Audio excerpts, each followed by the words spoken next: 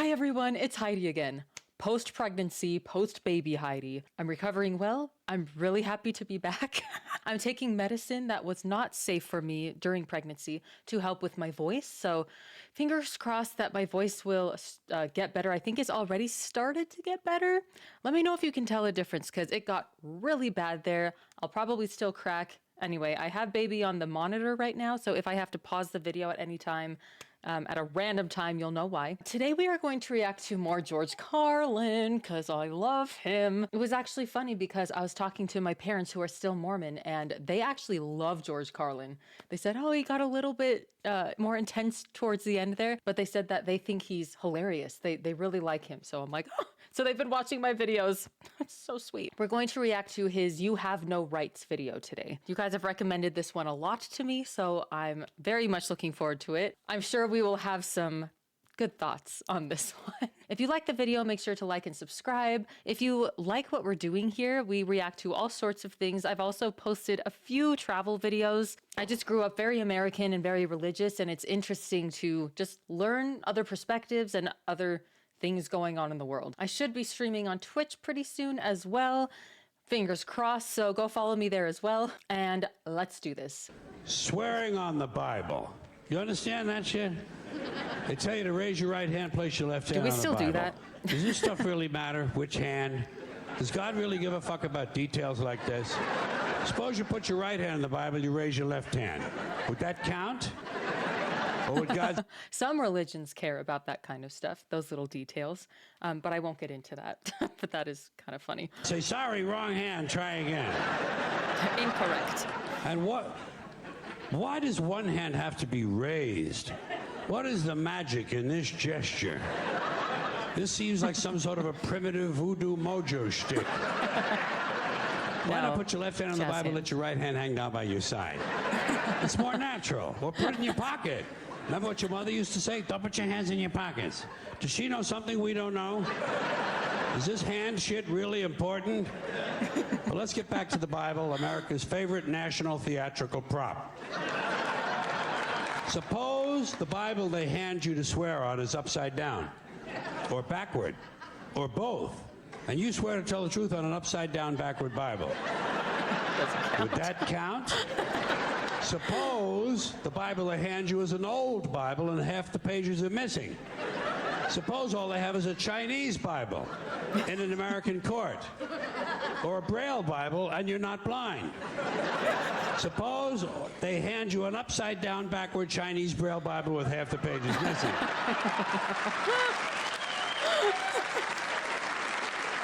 Oh my gosh.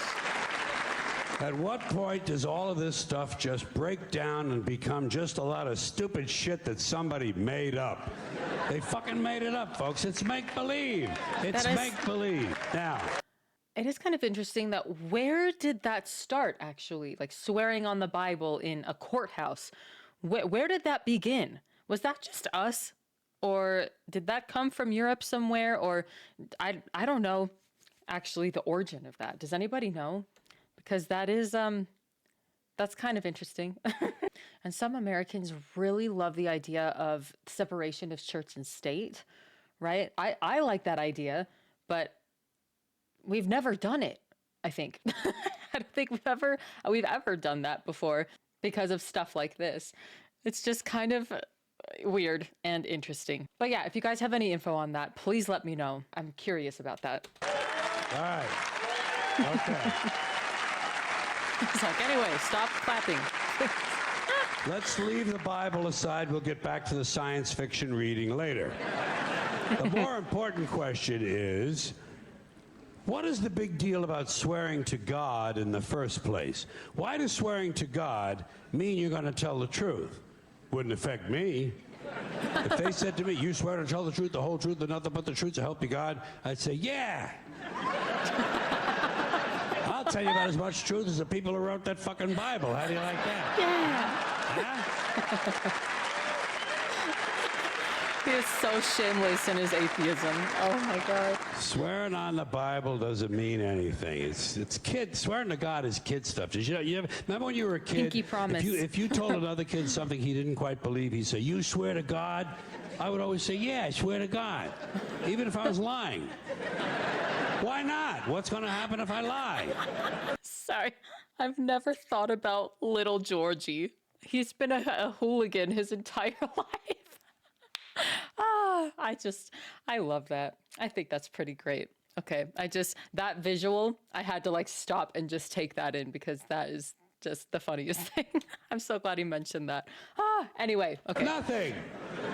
Nothing happens if you lie, unless you get caught, and that's a whole different story. It's not very nice. Sometimes a kid would think he was being slick with me, and he'd say, "You swear on your mother's grave?" I'd say, "Yeah. Why not? First of all, my mother was alive. She didn't even have a grave. Second of all, even if she was dead, what's she gonna do? Rise from the grave and come and haunt me? Come and haunt me? All because I told a lie to an 8-year-old? Get fucking real, will you?"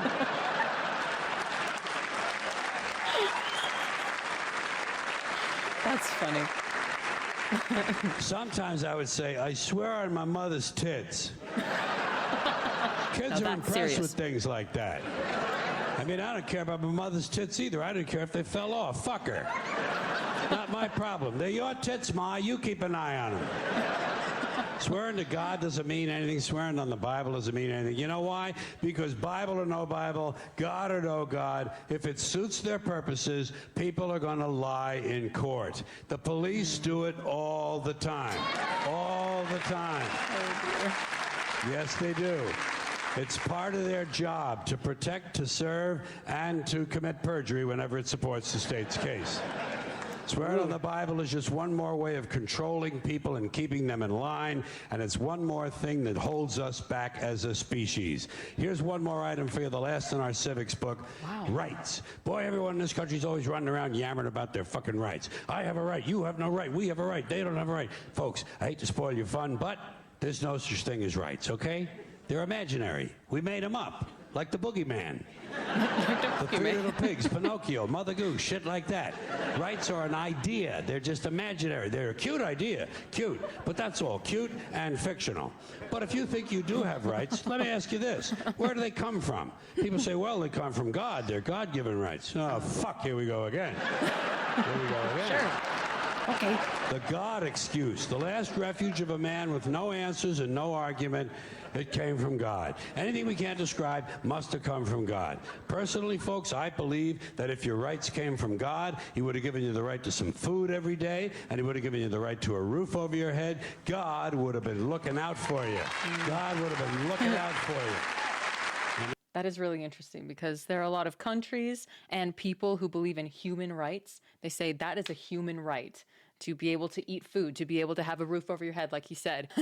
One of the people who doesn't believe in human rights is God, apparently. I never thought about that. Fascinating. But of course, humans would come up with human rights, obviously. God-given rights, that doesn't quite mean the same thing as people might think. All right, it's the next day. My baby woke up. I took care of her. I had a family event that lasted a lot longer than I thought. We had a full night's rest. I kind of touched up my makeup very poorly, and we are back recording. At least I slept in my same shirt, and I didn't get spit up on it as far as I know. So let's continue. Know that? I don't know You what would that have been was. worried about making sure you have a gun so you can get drunk on Sunday night and kill your girlfriend's parents. But let's say it's true. Let's say God gave us these rights. Why would he give us a certain number of rights? The Bill of Rights in this country has 10 stipulations, okay? 10 rights.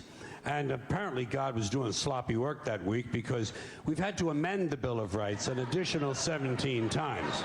Well, that's the Bible. That's every religious like scripture as well.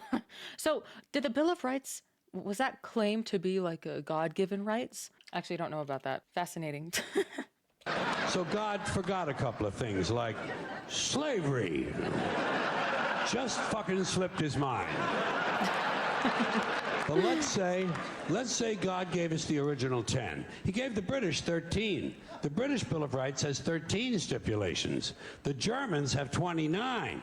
The Belgians have 25. The Swedish have only 6. And some people in the world have no rights at all. What kind of a fucking goddamn God-given deal is that? No rights at all? Why would God give different people in different countries different numbers of different rights? Boredom? Amusement? Bad arithmetic? Do we find out at long last, after all this time, that God is weak in math skills? Doesn't sound like divine planning to me. Sounds more like human planning. Sounds more like one group trying to control another group. In other words, business as usual in America. Now, if you think you do have rights, one last assignment for you. Next time you're at the computer, get on the internet, go to Wikipedia. When you get to Wikipedia, in the search field for Wikipedia, I want you to type in Japanese Americans 1942, and you'll find out all about your precious fucking rights, okay? All right. You know about it. You know about it. Not great. Yeah.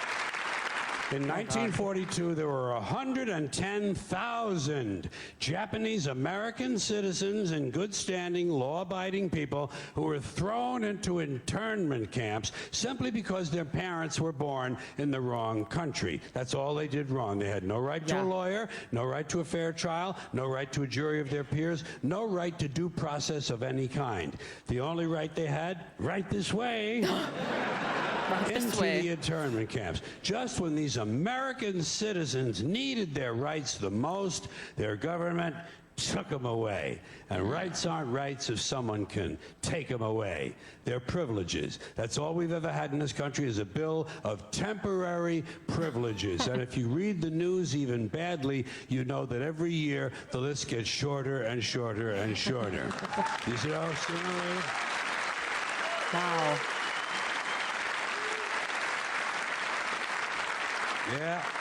Sooner or later, the people in this country are going to realize the government does not give a fuck about them. Government doesn't care about you or your children or your rights or your welfare or your safety. It simply doesn't give a fuck about you. It's interested in its own power. That's the only thing, keeping it and expanding it wherever possible. Personally, when it comes to rights, I think one of two things is true. I think either we have unlimited rights or we have no rights at all.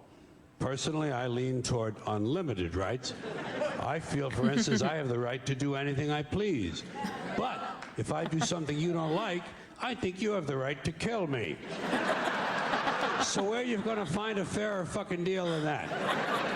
So the next time some asshole says to you, I have a right to my opinion, you say, oh yeah? Well, I have a right to my opinion, and my opinion is you have no right to your opinion. Then shoot the fuck and walk away. Thank you. That's how he ends it. Oh my god. You gotta love George Carlin. Do you guys know when this was recorded? I never freaking know. Somebody who knows when this was, let me know. I know that every single George Carlin video that I react to, every George Carlin video I see on YouTube, there's always people in the comments saying, George wasn't just a comedian, he was a philosopher. And I have to agree. I love that he said, people eventually in this country are going to realize that the government doesn't care about us. I'm like, here in 2024, we're like, yeah, I know. Okay. So pretty incredible. I feel like if George was still here, could we have George for president? It would be awesome and also terrifying after his rights philosophy. I feel like if George was president, we would just have the purge. I guess that could be good and bad in some different ways. It is really interesting how loosely people use the term God-given rights. Like I have to think, how do you know which ones are God-given and which ones are human-given? I don't know if people think super hard about what they're saying when they use that term, but it is kind of silly when you think about it. It's my God-given right. How do you know that? I love that he thinks about these things and presents them in a way that can be enjoyable to watch. I've said this in some of my other videos. It's good when I'm enjoying myself, but I'm also kind of sweating a little bit. Like I'm slightly uncomfortable because it's like, oh gosh, that's true. Oh dear. He brings in some different perspectives that I always really appreciate. So another good one from George Carlin. As always, thank you so much for this recommendation. You guys have definitely recommended a few more George Carlin videos, so I'll probably be watching those in the next little while. But if there's anything that I've missed so far, anything else that you think that I should be watching, please let me know in the comments. Thank you again, and I will see you in the next video. Bye, guys.